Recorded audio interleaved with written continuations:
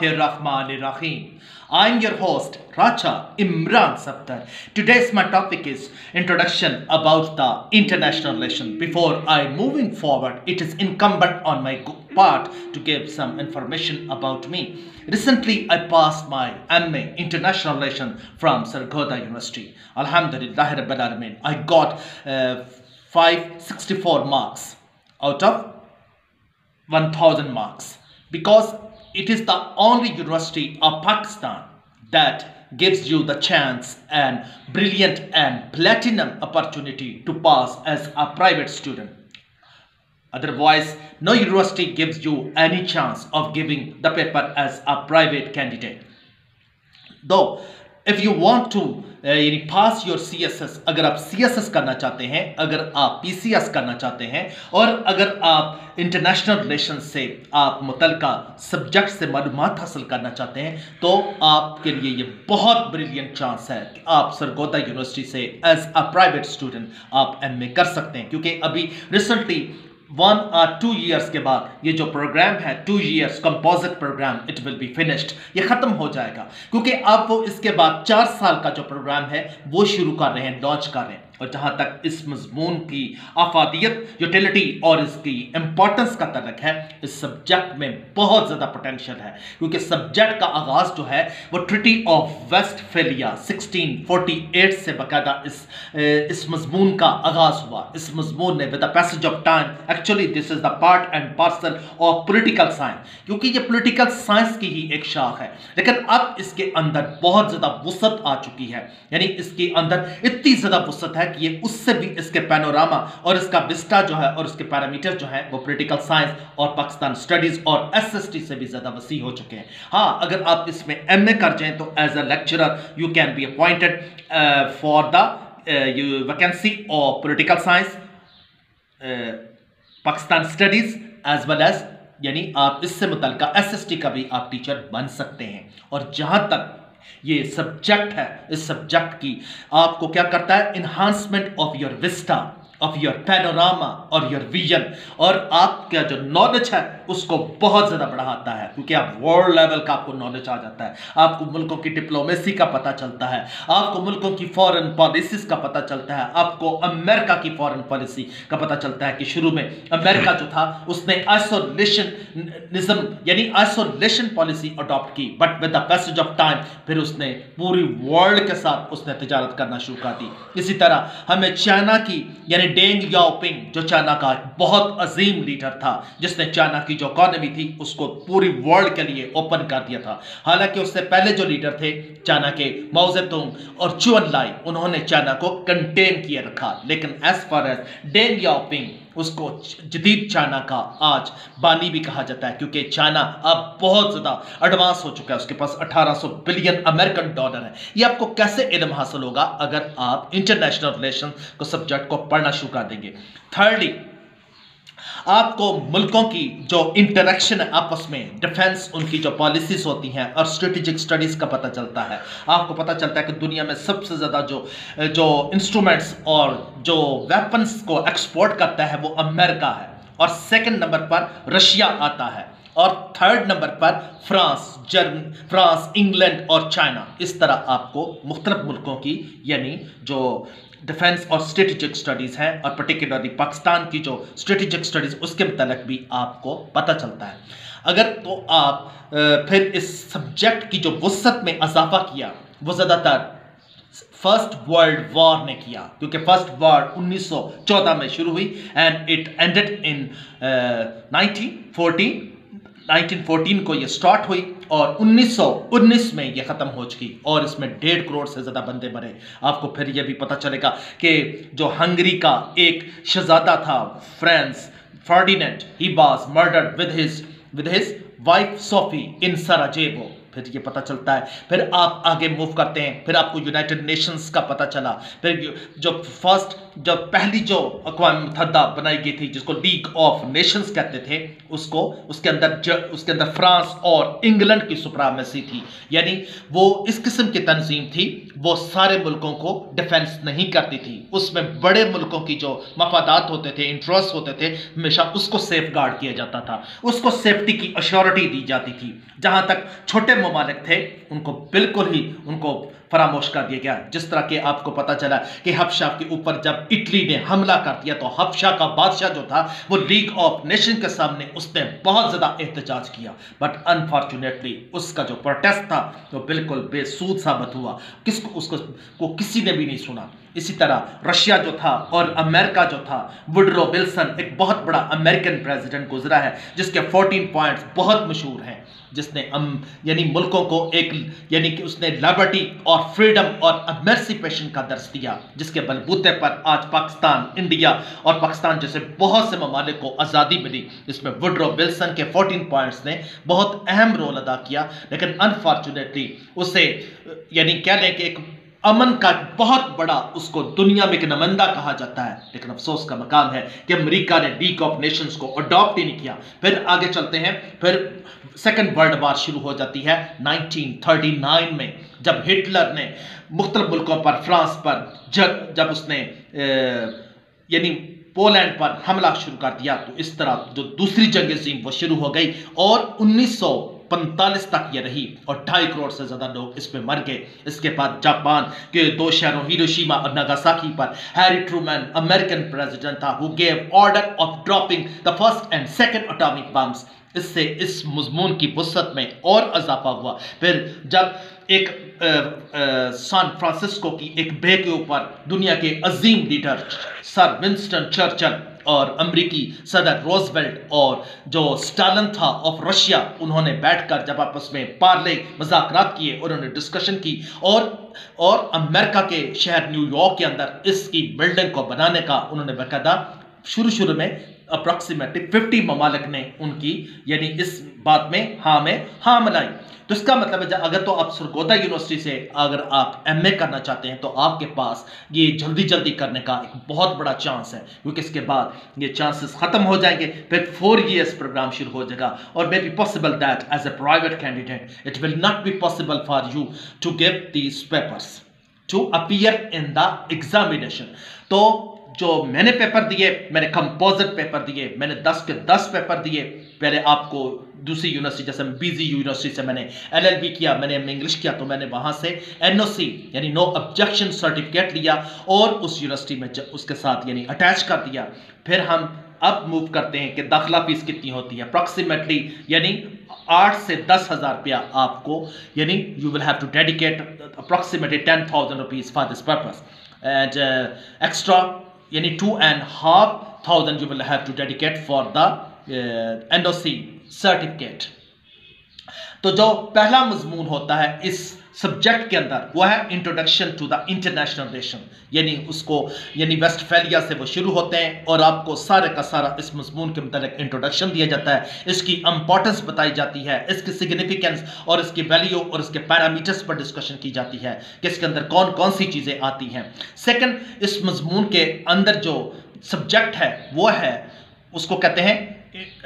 Introduction about the international relations from since 1945, यानी 1945 से लेकर अब तक जो इस मजमून के अंदर मुख्तलिफ किस्म की जो यानी प्रोग्रेस शुरू हुई है, जो इम्पोर्टेंस शुरू हुई है, इस पर रोशनी डाली जाती है। फिर कोल्ड वार, इसमें बहुत कोल्ड वार के मतलब जो अमेरिका और रूस के दरमियान एक इनडायरेक्ट जंग थी, जिसमें क्यूबा का क्राइसिस वार हुआ, जिसमें वियतनाम पर अमेरिका ने हमला कर दिया, जिसमें उसके 50,000 फौजी जो थे वो कला कमा हो गए और 45 लाख से ज़्यादा उन्होंने जो वियतनाम के बशिंदों को उन्होंने कत्ल कर दिया गया था। फिर हम इस मजमून में पढ़ते हैं कि अफगानिस्तान पर जब रूस ने 1979 के करीब उसने उस पर हमला कर दिया था, उसको यानी आपने ओवर कॉन्फिडेंट होकर उसने पाकिस्तान के समुद्रों तक पहुंचने के लिए उसने अफगानिस्तान पर हमला किया था। इसका मतलब ये मुख्तलिफ किस्म की चीज़ें जो हैं इस मजमून में पढ़ी जाती हैं। थर्ड, हम शुरू करते हैं थ्योरीज ऑफ इंटरनेशनल रिलेशन। इस यानी इंटरनेशनल रिलेशन के एमए के अंदर जो मुख्तलिफ किस्म की थेरीज हैं, जिसमें रियलिज्म का जिक्र आता है, जिसमें लिबरलिज्म और आइडियलिज्म एक ही चीज है। फेमिनिज्म जो औरतों की एक बहुत बड़ी तहरीक थी, उसके मुतालिक हम पढ़ते हैं। पर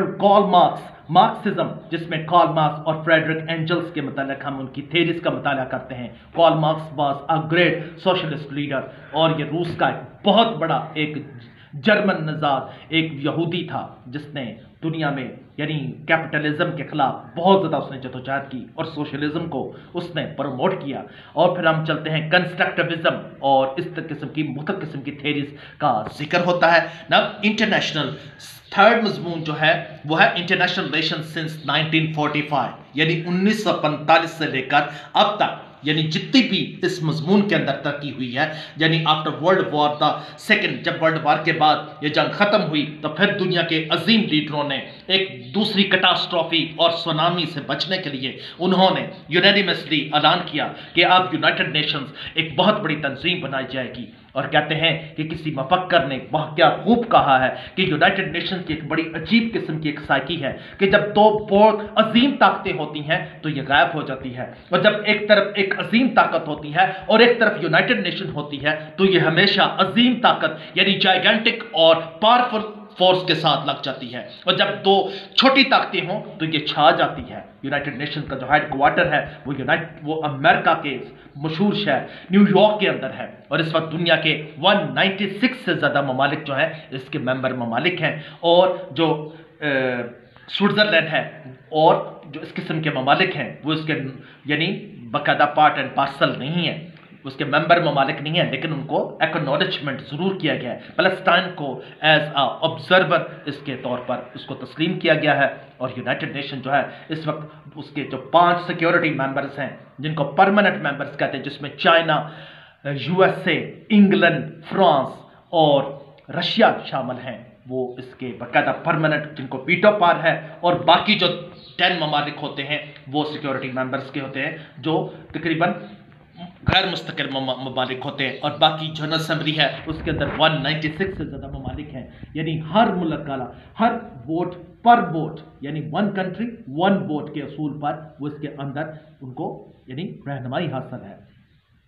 Now I move towards the fourth subject, foreign policy analysis। हम मुख्तलिफ फॉरेन पॉलिसी की मुख्तलिफ थेरीज पर प्रैग्मेटिज्म और इस किस्म की जो मुख्तलिफ थेरीज हमें पता चलता है कि फॉरेन पॉलिसी की मिसाल ऐसे ही है कि जिस तरह एक समुंदर के अंदर एक हवाई जहाज जा रहा है, और अगर उसके अंदर उसके ऊपर कोई बादबान नहीं लगे हुए और उसका कोई पतवार नहीं, तो वो उसको जिधर मर्जी उस हवाएं धकेल लें। जिसका मतलब आज के एडवांस कंट्रीज के अंदर जब कॉमिटी ऑफ नेशंस कायम हो चुकी है, जब दुनिया एक ग्लोबल विलेज बन चुकी है, तो उसमें फॉरेन पॉलिसी की जो सुप्रामेसी है, जो उसका जो अपर हैंड है, उसको एक्नॉलेज किया गया है। और जिन मुल्कों की फॉरेन पॉलिसी मजबूत होती है वो उतने ही मुल्क ताकतवर होते हैं, और बड़े मुल्कों की जो फॉरेन पॉलिसी है वो बहुत ज़्यादा यानी वो कारगर साबित होती है, जैसे अमेरिका की फॉरेन पॉलिसी, इंग्लैंड की फॉरेन पॉलिसी, चाइना की, रशिया की, और इसी तरह स्कैंडिनेवियन ममालिक की, और पाकिस्तान की भी एक फॉरेन पॉलिसी है। फिर मैं किसी और वीडियो के अंदर पाकिस्तान की फॉरेन पॉलिसी के मुतालिक हम बहुत कॉम्प्रिहेंसिव डिस्कशन करेंगे। आगे आ जाता है इंटरनेशनल एंड रीजनल ऑर्गेनाइजेशन, जिसमें पहली ऑर्गेनाइजेशन जिसका हम जिक्र करते हैं द लीग ऑफ नेशन, जो वर्ल्ड वॉर 1 के बाद बनाई गई थी, और अफसोस का मकाम है जो वुडरो विल्सन के 14 पॉइंट्स के बलबूते पर बनाई गई थी, और खुद अमेरिका उसका पार्ट एंड पार्सल ही न बना, क्योंकि अमेरिका जो था वो स्टेल्थली और बड़ी खामोशी के साथ आगे आगे बढ़ रहा था, और वो दुनिया की सुपर पावर बनना चाहता था, और वो जंग से अपने आप को दूर रखना चाहता था। इसी तरह हम सेकंड जिसमें हम इसके मुताबिक पढ़ते हैं वो यूनाइटेड नेशन ऑर्गेनाइजेशन, जिसे अक़वाम मुत्तहिदा भी कहते हैं, जिसका हेडक्वार्टर कहां पर है? अमेरिका के अंदर। Third, European union. European Union is a very influential and very, you can say that, and very important organization of the world। फिर हम उसमें नेटो का जिक्र करेंगे, नॉर्थ अटलांटिक ट्रीटी ऑर्गेनाइजेशन, जिसमें दुनिया के most powerful countries of the world, जिन्होंने वारसा यानी वारसा पैक्ट के खिलाफ ये एक तंजीम बनाई गई थी, और अमेरिका जो है वो उसका हेड है। और आज नेटो जो है वो दुनिया का बहुत ही एक पावरफुल, ब्रसल्स यानी बेल्जियम के अंदर उसका हेडक्वार्टर है। और आगे हम जिसका जिक्र करेंगे वो है सार्क यानी south Asian association for regional corporation, जिसके अंदर पाकिस्तान, इंडिया, बांग्लादेश, नेपाल, भूटान, इस किस्म के ममालिक शामिल हैं, श्रीलंका भी शामिल है। अब आते हैं आसियान और ओआईसी, ये 5 पेपर हैं। नेक्स्ट आगे